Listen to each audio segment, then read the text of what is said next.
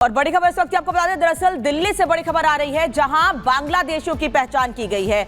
175 संदिग्ध बांग्लादेशियों की पहचान की गई है। पहचान के लिए दिल्ली पुलिस ने मुहिम चलाई थी। दरअसल पिछले दिनों ये आदेश दिए गए थे कि दिल्ली में रह रहे अवैध रूप से जो बांग्लादेशी रह रहे हैं उनकी पहचान की जाए, जिसके बाद पुलिस ने यह मुहिम चलाई और अब ये कार्रवाई की गई है। दिल्ली में 175 अवैध तरीके से रहने वाले बांग्लादेशियों के खिलाफ कार्रवाई की गई है, उनकी पहचान की गई है। अब बड़ा एक्शन उनके खिलाफ लिया भी जाएगा।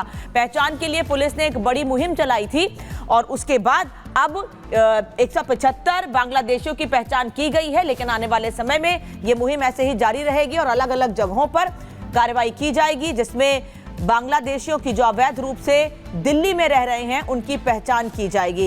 ये सख्त आदेश दिए गए थे और उस आदेश के बाद ये कार्रवाई की गई है। 175 बांग्लादेशियों की पहचान अभी की गई है, लेकिन और बांग्लादेशियों की पहचान की जानी बाकी है।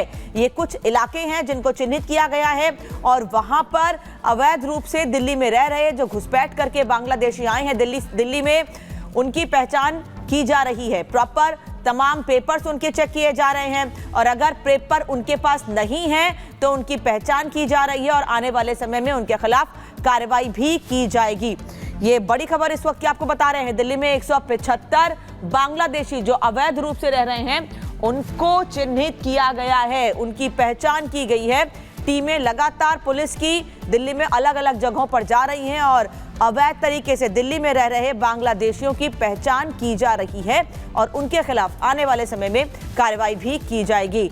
आदेश के मुताबिक कार्रवाई उन पर की जाएगी, लेकिन अभी फिलहाल पहचान की जा रही है कि कौन कौन से इलाके हैं दिल्ली में जहां पर बांग्लादेशी अवैध तरीके से रह रहे हैं। फिलहाल 175 बांग्लादेशियों की जो संदिग्ध हैं उनकी पहचान की गई है।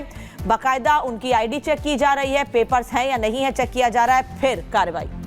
तो दिल्ली में घुसपैठियों की पहचान देखिए लगातार जारी है। ये ऑपरेशन अभी आने वाले दिनों में भी लगातार चलता रहेगा। लोमस अपडेट देंगे इस खबर पर। लोमस, फिलहाल ताजा अपडेट, कितने घुसपैठियों की पहचान की गई है और आगे क्या प्लानिंग है दिल्ली पुलिस की इसको लेकर?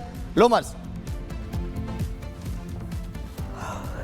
बिल्कुल, आपने देखा हाल की जो घटनाएं हुई हैं और घटनाओं के बाद दिल्ली पुलिस लगातार ही अभियान चला रही है।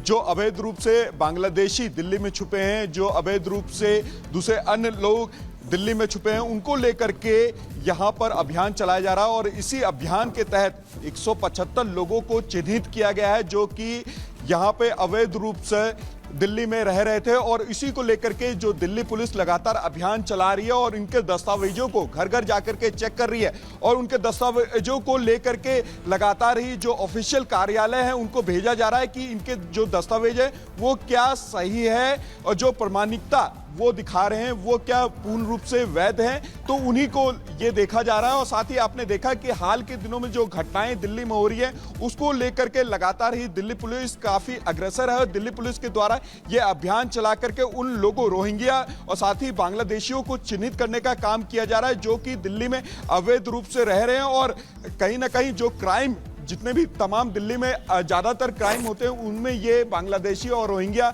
सम्मिलित पाए जाते हैं। उन्हीं को लेकर के ये अभियान दिल्ली पुलिस के द्वारा चलाया जा रहा है और अब तक 175 लोगों को चिन्हित किया जा चुका है और साथ ही आपको बता दें कि आगे भी जो अभियान चलाकर कहा जा रहा है कि अन्य और लोगों को चिन्हित करने की बात निकल के सामने आएगा और साथ ही दिल्ली पुलिस इस बात पे भी काम करते हुए नजर आ रही है कि इन जो 175 लोग हैं जो इनके पास डॉक्यूमेंट मिले हैं वो डॉक्यूमेंट किनके द्वारा बनाया जाता है, ये डॉक्यूमेंट उनको बिल्कुल लोमस, इस तरीके से आपने तमाम चीजों को लेकर के जानकारी दी कि किस तरीके से तमाम डॉक्यूमेंट्स जो है वो अब खंगाले जा रहे हैं। बढ़ेंगे आगे और अब बात करेंगे नफरती बयान और पोस्टर से प्रहार की। जी हाँ, राहुल गांधी के ऊपर जिस तरीके से आरोप लगे सदन में जब शीतकालीन सत्र चल रहा था, धक्का मुक्की वाली जो घटना सामने आई गुरुवार को, इसके बाद अब देखिए लगातार पोस्टर्स के जरिए विरोध जताया जा रहा है। ये तस्वीरें आपको दिखा रहे हैं, ये उस दिन की तस्वीर है 19 दिसंबर 2024 शीतकालीन सत्र के खत्म होने के ठीक एक दिन पहले की तस्वीर है जब धक्का मुक्की की ये घटना हुई थी और आरोप जो है राहुल गांधी पर लगाए गए थे।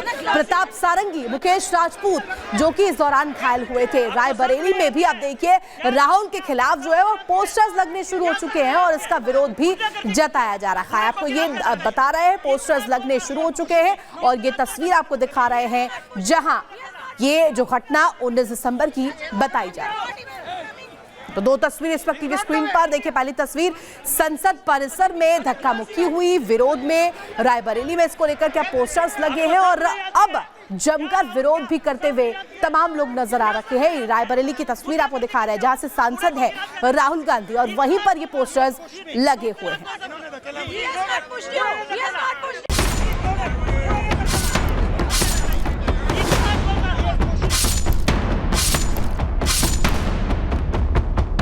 राहुल, हम शर्मिंदा हैं। शर्मिंदा इसलिए हैं क्योंकि राहुल गांधी के साथ हुई धक्का मुक्की में 2 बीजेपी सांसद घायल हो गए। इतने घायल हो गए कि उन्हें आईसीयू तक में भर्ती करना पड़ा। बीते गुरुवार को संसद में धक्का मुक्की हुई तो संसद की सियासत देश भर में फैलते देर नहीं लगी। लेकिन सियासत में असली उबाल तो तब आ रहा है क्योंकि राहुल गांधी का विरोध अब उन्हीं के संसदीय क्षेत्र रायबरेली में शुरू हो गया। रायबरेली में राहुल गांधी के खिलाफ बड़े बड़े पोस्टर्स लगाए गए। इन पोस्टर्स में लिखा गया, रायबरेली आज शर्मिंदा है। शर्मिंदा इसलिए क्योंकि राहुल के धक्का देने की वजह से एक बुजुर्ग सांसद प्रताप सारंगी घायल हो गए और विरोध इसलिए क्योंकि राहुल ने बुजुर्ग की पिटाई की। और निष्कर्ष ये कि राहुल गांधी नफरत की आदी है। पोस्टर्स में बात सिर्फ यहीं तक खत्म हो जाती तो शायद सियासत आगे भी घंटे 2 घंटे बाद ठंडी पड़ जाती। लेकिन बात इसलिए आगे बढ़ गई क्योंकि पोस्टर्स में राहुल गांधी पर कई गंभीर आरोप भी लगाए गए और सवाल भी पूछे गए कि पोस्टर्स लगाने वालों ने राहुल गांधी से सवाल पूछा है। बात बात पर संविधान दिखाने वाले राहुल गांधी के संविधान में क्या बुजुर्ग की पिटाई का प्रावधान है? तो राहुल गांधी से ये भी सवाल पूछा गया कि उदयपुर में 28 जून 2022 को जिस कन्हैया लाल की हत्या कर दी गई, उस दर्जी से राहुल को नफरत और मुस्लिम दर्जी से राहुल को प्यार क्यों है? राहुल से ये भी सवाल पूछा गया कि बहराइच दंगे में मारे गए राम गोपाल मिश्रा से राहुल को नफरत और संभल के दंगाइयों से उन्हें इतना प्यार क्यों है? तो वही पोस्टर्स में ये भी लिखा गया कि जब एकता में शक्ति होती है तो राहुल हिंदुओं को जातियों में बांटने की साजिश क्यों कर रहे हैं?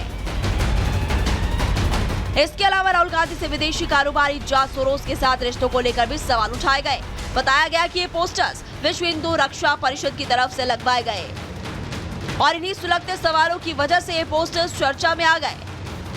लेकिन अब ये पोस्टर हटा दिए गए हैं। यूथ कांग्रेस के नेताओं का एक वीडियो भी सामने आया जिसमें वो पोस्टर्स को फाड़ते दिख रहे हैं। कहा जा रहा है कि होर्डिंग को देखकर कांग्रेसियों में गुस्सा है।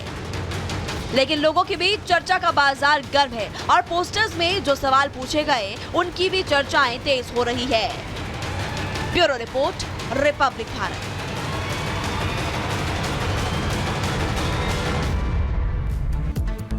तो देश की संसद के अंदर जो घटना हुई है उसको लेकर इस समय राहुल गांधी के खिलाफ लोगों का गुस्सा चरम पर दिखाई दे रहा है और यही वजह है कि लगातार पोस्टर वॉर जारी। लेकिन अब फिलहाल बड़ी खबर राहुल गांधी से जुड़ी है। बरेली जिला कोर्ट से राहुल गांधी को नोटिस अब जारी किया गया क्योंकि जाति जनगणना को लेकर जो लगातार विपक्ष इस समय जहर उगल रहा है उसी को लेकर देखिए नोटिस जारी किया गया। जाति जनगणना पर दिए गए बयान को लेकर ये नोटिस, याचिकाकर्ता का दावा है कि गृहयुद्ध शुरू करने की ये कोशिश है। राहुल के बयान से देश का माहौल खराब हुआ है, याचिकाकर्ता ने कहा है और ये नोटिस जारी किया गया राहुल गांधी को। याचिकाकर्ता ने इन्हीं मुद्दे को लेकर बरेली जिला अदालत में राहुल के खिलाफ केस दर्ज कराया जिस पर राहुल को नोटिस जारी किया गया।